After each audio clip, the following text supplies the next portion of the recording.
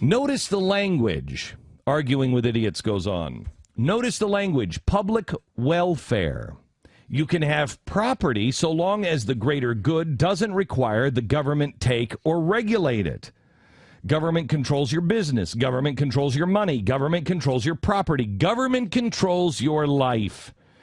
As most conservatives understand, creating and implementing progressive government programs to solve problems only leads to more government control. Now, remember, good old Newt Gingrich, who's the man of the people, he's just like you, Tea Party members. What the hell is wrong with you? He's just like you. He's just like Teddy Roosevelt, but not in 1913. No, that Teddy Roosevelt is bad. The turn of the century Teddy Roosevelt, when he was implementing things like the FDA. The FDA. First target of the FDA? What was it? Anybody know? First target. Coca-Cola. Oh, Coca-Cola, because you got to get the cocaine out of Coca-Cola. Mm-hmm. Cocaine was out of Coca-Cola by the time the FDA, and the FDA said, "What? We need you to take this out." And they're like, "We don't have cocaine in it. We haven't had cocaine in it in a long time. We don't do cocaine in Coca-Cola." Yes, you do. No, we don't. Yes, you do. No, we don't. Yes, you do. No, we don't. Went to court. The federal government lost the case. They lost the case. What did they do? They went after Coca-Cola for something else. Excuse me? Excuse me? There's your FDA.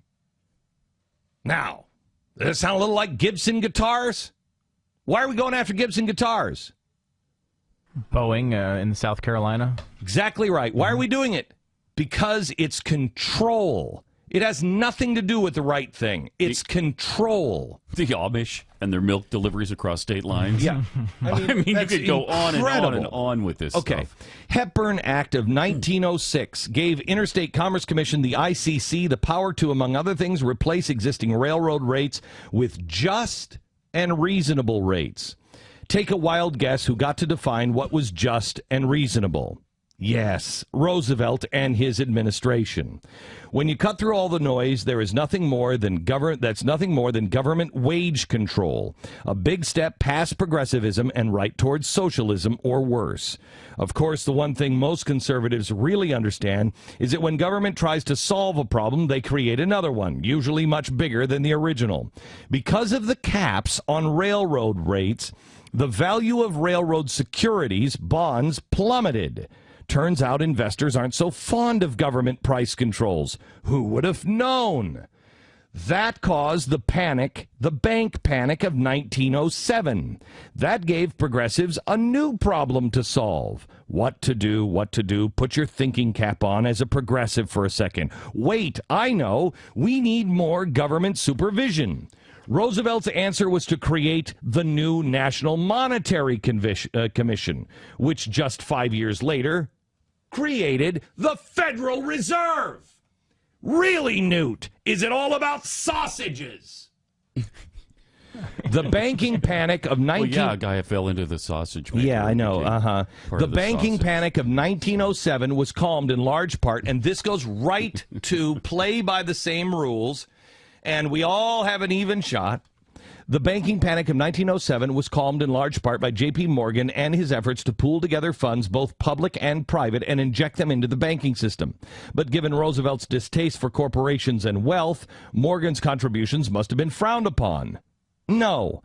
Ironically enough, Mr. For the People, darn these special interests, Mr. Trustbuster himself, Teddy Roosevelt, thanked Morgan for allowing him to expand his steel empire and buy the Tennessee Coal and Iron Company for $45 million, about 5% of its true market value.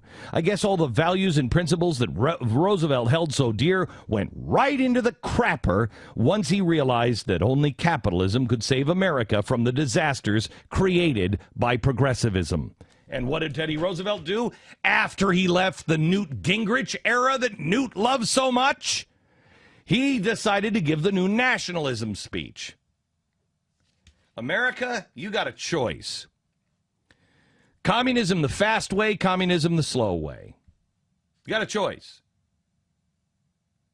If you look at those two candidates, there's your choice.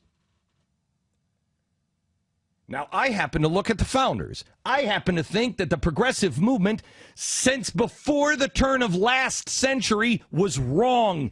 Dead wrong. Dead wrong. That's what I believe. You want to go that way? You have a good time. I ain't joining you on it. I don't know what's wrong with people. I mean, I think there's a constant battle between the average voter on the right, between the fact of they want the person who's doing the right things, the things they believe in, and the other side of it where they think they just want to get Obama out. And they just see, people who are... You know what? This is your last call. This is it. We lose the country. And I got news for you.